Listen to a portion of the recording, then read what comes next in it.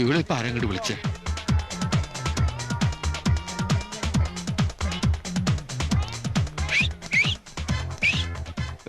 Welcome welcome welcome. Hi. ഇവിടെ ഒരു salesman ഉണ്ടല്ലോ, സച്ചിദാനന്ദൻ. ഏത് ഷോപ്പില്? ഷോപ്പ് അറിയില്ല, സച്ചിദാനന്ദൻ. സച്ചിന്നാ വിളിക്കുക. അയ്യോ അറിയില്ല കേട്ടോ.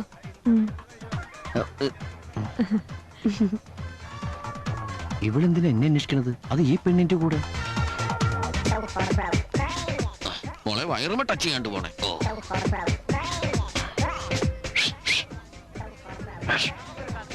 ഞാൻ വാ വാ.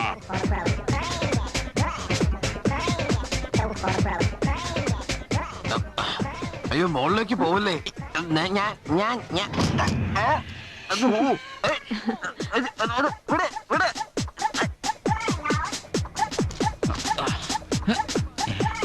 തല പുറത്ത് കാണിക്കട്ടോ.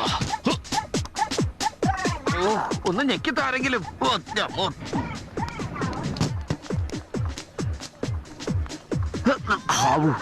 ഇതെന്താ സ്കൂൾ വിട്ടാണോ? അല്ല ഒന്നുമില്ല. ഇതിന്റെ ഡോറെന്താ പുറത്തേക്ക് വരാത്തെ?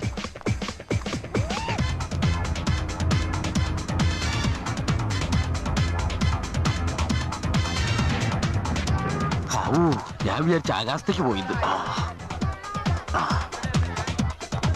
വരുന്നുണ്ട്.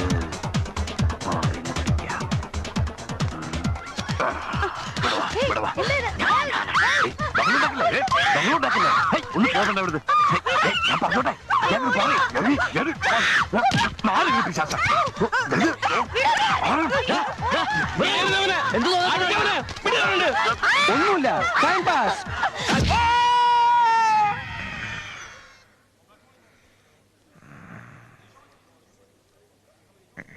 ആരാ? ആളറിയാതെ ആണെങ്കിലും നിനക്കൊരു അടിയുടെ അത്യാവശ്യം ഉണ്ടായിരുന്നു. വിളിക്കല്ലേ? ഈ സമയത്ത് ഞാൻ പ്രായമൊന്നും നോക്കൂലോ പാപ്പ. ഈ ഒരു കയ്യകലത്തിന്ന് മാറി അവിടെ എവിടെയെങ്കിലും പോയിരുന്നു. സ്ത്രീ പീഡനത്തിന് കേസെടുക്കാൻ നിന്റെ ഭാഗ്യം. അതിനെ സ്ത്രീകളെ കയറി പിടിച്ചാലല്ലേ കേസെടുക്കൂ. ഇടക്കാലാശ്വാസമായിട്ട് കിട്ടിയിരുന്ന ഒരു പണി നീ കാരണം ഇല്ലാണ്ടായി. ഇയാൾക്കപ്പ എന്റെ പേരൊന്ന് വിളിച്ചുകൂടായിരുന്നോ? ഞാൻ എത്ര പ്രാവശ്യം നിന്നെ ജെന്നി ജെന്നിന്ന് വിളിച്ചു. നീ കേട്ടത് പന്നി പന്നീന്നല്ലേ? തൈയൊക്കെ കെട്ടി വലിയ കൊമ്പത്തി ഉദ്യോഗമാണെന്നല്ലേ വീം പിടിച്ചിരുന്നത്? തയ്യൊക്കെ ഉണ്ടായിരുന്നല്ലോ ബാക്കില്, നീ കണ്ടില്ലേ?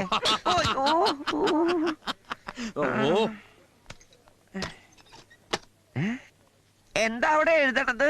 കണക്ക്. ഡോക്ടറെ കണ്ടതും സ്റ്റിച്ചിട്ട വകയിലും പിന്നെ അവിടെ നിന്ന് ഇവിടെ വരെ ഓട്ടോറിക്ഷ പിടിച്ചു വന്നതും എല്ലാം കൂടെ കൂട്ടി 310 രൂപ. മറന്നു വന്നു. പിന്നെ 60 രൂപ മെഡിക്കൽ ഷോപ്പിൽ നിന്ന് മരുന്ന് വാങ്ങിയത്. അപ്പൊ എല്ലാം കൂടെ കൂട്ടി 370 രൂപ. അത് ആ കുട്ടിയല്ലേ കൊടുത്തത്? അതിന് ഇയാളെന്തിനാ കണക്കെഴുതുന്നേ? അത് തൽക്കാലത്തേക്ക് ഒരു അഡ്ജസ്റ്റ്മെന്റ്. നാളെ കാലത്ത് ഞാൻ തിരിച്ചു കൊടുക്കൂലേ? ഇയാളെ പോലെ അല്ല ഞാൻ. എനിക്കേ അഭിമാനമുണ്ട്. അത് നീ എനിക്കിട്ടൊന്ന് ആക്കിയതാണല്ലോ. എനിക്ക് അഭിമാനം കൂടിയതുകൊണ്ടാ ദരിദ്രവാസിയായിരുന്നിട്ടും 10,000 രൂപയുടെ കെട്ട ആ തള്ളയുടെ മോളുടെ മുമ്പിലേക്ക് വലിച്ചെറിഞ്ഞിട്ട് കൊടുത്തത്. അതെ, അത് പറയാനാ കുട്ടി എന്നെ വിളിച്ചോണ്ട് വന്നത്. അല്ലാതെ നായകന്റെ വീരസിംഗ് കണ്ട് പ്രേമപരേക്ഷയെ പുറയൊന്നും വന്നല്ല. പിന്നെ നായകൻ വലിച്ചെറിഞ്ഞ നോട്ടുകൾക്കിടയിലേ 100ന്റെ 5 ഗാന്ധി കുറവുണ്ടായിരുന്നു. അടിച്ചു മാറ്റിയില്ലേ കള്ളൻ. ഇവിടെ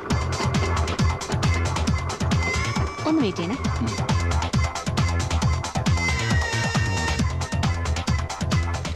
ഹോട്ടലിൽ എത്താറായപ്പോഴൊരു കാര്യം ഓർമ്മ വന്നത്. അതാ ഓട്ടത്തിന് തിരിച്ചു വന്നേ. നമസ്കാരം സേട്ടു പാപ്പ.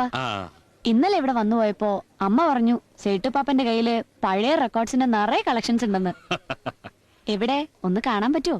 ഓ അതിനെന്താ, ഒരുപാട് ഉണ്ടായിരുന്നാണ് കേട്ടാ. ഒക്കെ ഓരോരുത്തർ കൊണ്ടുപോയി അങ്ങനെ ഇങ്ങനെയൊക്കെ പോയി.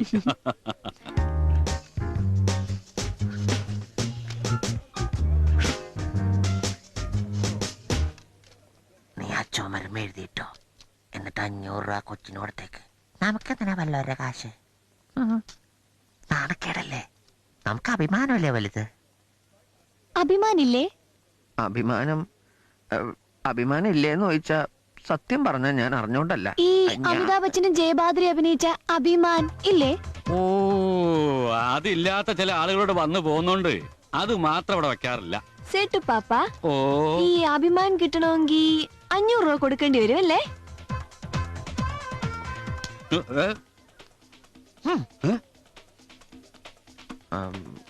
500 രൂപ എടുത്തേ. ഏ? ഒരു 500 രൂപ തരാൻ. ഈ സമയത്ത് ഞാൻ പ്രായം നോക്കൂല മോനെ. ഈ കയ്യകലത്തുനിന്ന് മാറി നിന്നേക്ക്. എടാ 500 വേണ്ടി ഞാൻ ആരാണ്? സേട്ടല്ലേ? ഇപ്പൊ ഒരു പാട്ട് മാത്രമല്ലേ ഉള്ളൂ. എന്നാലും നോക്ക്. നീ ഒരു കാര്യം ചെയ്യേ. പതുക്കെ പറയേ. നീ ഒരു കാര്യം ചെയ്യേ.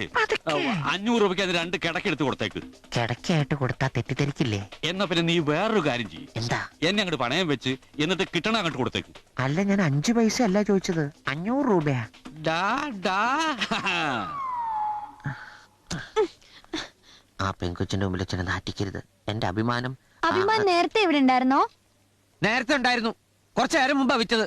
എന്നെ പറ്റി എന്താ വിചാരിച്ച്? വെറുതെ ഇരിക്കുന്ന അമിതാഭ് ബച്ചനെ ജയബാദുരൊന്നും ഇതിൽ പിടിച്ച് വലിച്ചെടുക്കേണ്ട കാര്യമൊന്നുമില്ല. അങ്ങനെ ഇതിൽ പൊക്കോണ്ടെന്ന് വിചാരിച്ചു ഞാനെന്താ അങ്ങനെ കണ്ട പേടിക്കുന്നു വിചാരിച്ചോ? ഞാൻ കണ്ടിട്ടുണ്ട് അമിതാഭ് ബച്ചന്റെ സിനിമയൊക്കെ. എനിക്ക് അങ്ങനെ നന്നായിട്ട് അറിയാം. അല്ല പിന്നെ എല്ലാരും കൂടി കുറെ നേരമായി അഭിമാൻ അഭിമാൻ അഭിമാൻ. 500 രൂപ തന്നിട്ടാണെങ്കിൽ ഞാൻ കൂലിപ്പണി എടുക്കും. അല്ല, കൂലിപ്പണി എടുത്തിട്ടാണെങ്കിൽ 500 രൂപ തിരിച്ചു തരും. നിനക്ക് ഞാൻ വച്ചണ്ടാ യൂട്യൂബ് ബ്രൂട്ടസി. കൊറേ നേരമായി നിക്കണ്. കൊറേ നേരം ഓടണോ? എന്റെ വഴി ഇങ്ങടാ. ചേട്ടാ, ഒന്ന് ആശുപത്രി വരെ കൊണ്ടുപോ. മൂക്കിന്റെ ബ്രിഡ്ജ് പോയി. ഒന്ന് വേഗം എടുക്കട്ടാ. സ്റ്റിച്ച് പൊട്ടി. പോ.